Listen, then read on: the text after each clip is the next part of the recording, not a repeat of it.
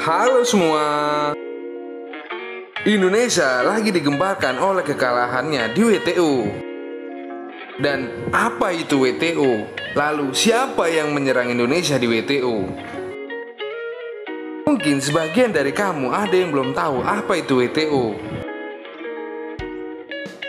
Sebelum kita bahas, mari tekan dulu tombol loncengnya agar saya semangat untuk membuat video-video berikutnya.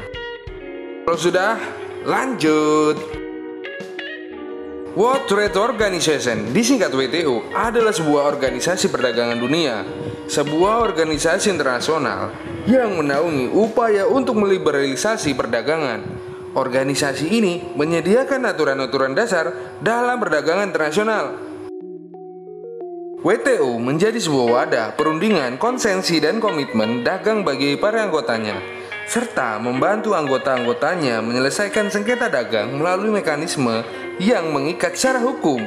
Organisasi ini didirikan pada tahun 1 Januari 1995 dengan tujuan untuk mengurangi tarif dan hambatan perdagangan lainnya yang diharapkan akan memajukan ekonomi dan meningkatkan taraf hidup masyarakat. Pendahulu Organisasi Perdagangan Dunia adalah Perjanjian Umum dan Tarif Perdagangan yang ditetapkan pada tahun 1947. Setelah upaya mendirikan Organisasi Perdagangan Internasional kandas akibat penolakan Kongres Amerika Serikat untuk meratifikasi Piagam Havana. Perjanjian tersebut menjadi semacam lembaga ad hoc atau yang berlaku sementara selama 47 tahun. Organisasi Perdagangan Dunia menggantikan perjanjian ini setelah berlakunya Persetujuan Marrakesh yang juga melampirkan perjanjian-perjanjian utama yang mengatur perdagangan internasional, termasuk Perjanjian Umum Tarif Dagang Perdagangan 1994 yang menggantikan Perjanjian 1947. Organisasi WTO sendiri bermarkas di Jenewa, Swiss. Pada tahun 2016, organisasi ini beranggotakan 164 negara yang memiliki 95% populasi dunia dan 98% perdagangan dunia. Seluruh anggota WTO diharuskan mengikuti aturan-aturan dasar yang ditetapkan melalui Persetujuan Marrakesh. Salah satu aturan tersebut adalah perlakuan yang sama untuk semua anggota WTO.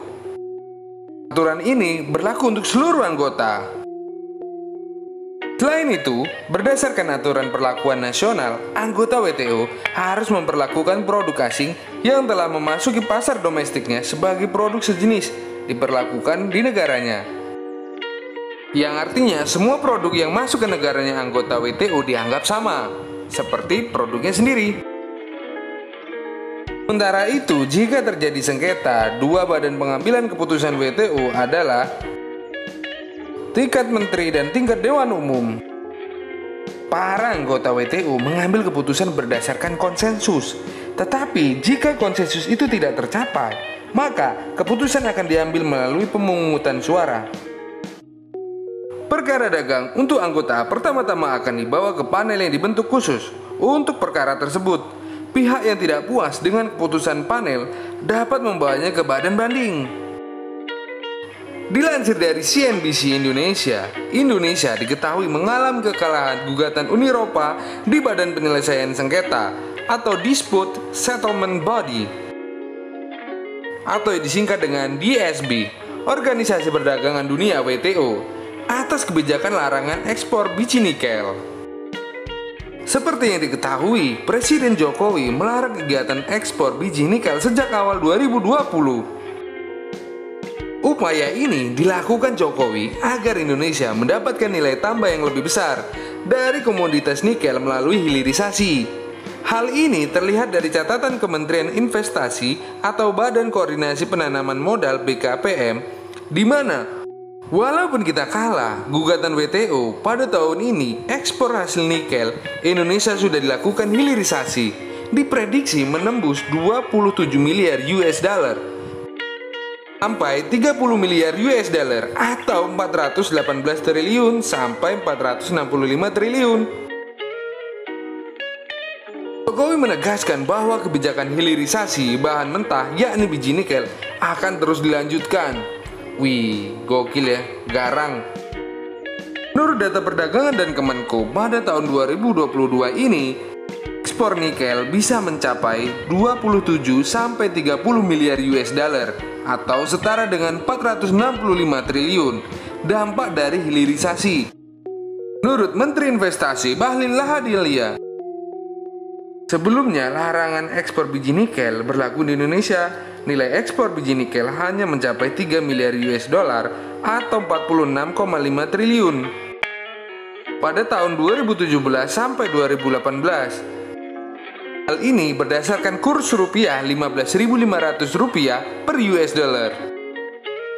Bahlil menambahkan, hilirisasi nikel dengan melarang ekspor biji nikel ke luar negeri sebelumnya mendapatkan banyak penolakan dari berbagai pihak, termasuk dari Uni Eropa. Namun bisa dijelaskan Bahlil bahwa pelarangan ekspor raw material atau mineral mentah sebagai upaya Indonesia untuk menciptakan dekarbonisasi atau industri yang ramah lingkungan. Tapi apa yang terjadi? Ternyata kami dibawa ke WTO. Tapi kami Indonesia tidak sedikit pun mundur dalam menghadapi tantangan ini ketika ingin menjadi negara maju. Justru dengan cara ini Indonesia bak ketiban durian runtuh. Kesuksesan hilirisasi pertambangan itu bisa terulang kembali tatkala pemerintah Indonesia yang akan menjalankan pelarangan ekspor bauksit dengan mengembangkan hilirisasi bauksit di dalam negeri pada tahun depan. Pelarangan ekspor bauksit sejatinya akan berjalan pada tahun 2023 sesuai dengan 3 tahun terbitnya Undang-Undang Nomor 3 Tahun 2020 tentang Pertambangan Mineral dan Batubara atau Minerba. Kamu bisa bayangin jika harta karun bauksit diekspor dengan nilai tambah melalui hilirisasi menjadi aluminium di dalam negeri. Dipastikan nilai ekspornya mencapai 16 kali lipat daripada saat ini. Wih, gokil ya. Itulah penjelasan singkat kali ini. Jangan lupa tinggalkan komentar kamu di bawah tentang video apa yang ingin kita bahas pada pembahasan berikutnya.